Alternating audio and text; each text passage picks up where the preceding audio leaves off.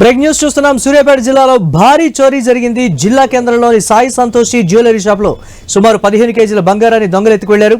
Gas కట్టర్లతో shutter cut చేసి షాపులోకి ప్రవేశించారు.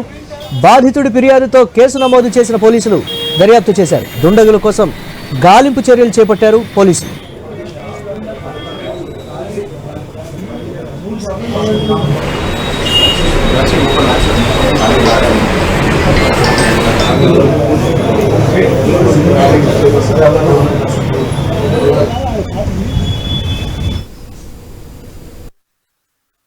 గుర్తు తెలియని వ్యక్తులు లోపలికి వచ్చి కొంత బంగారాన్ని దొంగలించుకోవడం వెళ్ళడం జరిగింది.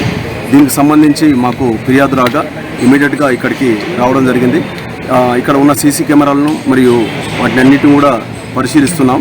తర్వాత కొన్ని టీమ్స్ కూడా ఇది కేసును ఛేదించడానికి ఒక 5 టీముల్ని ఇప్పుడు ఇమ్మీడియట్గా ఏర్పాటు చేయడం జరిగింది.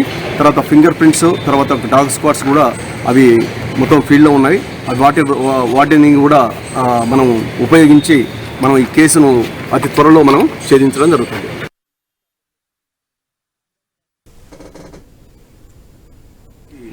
వచ్చి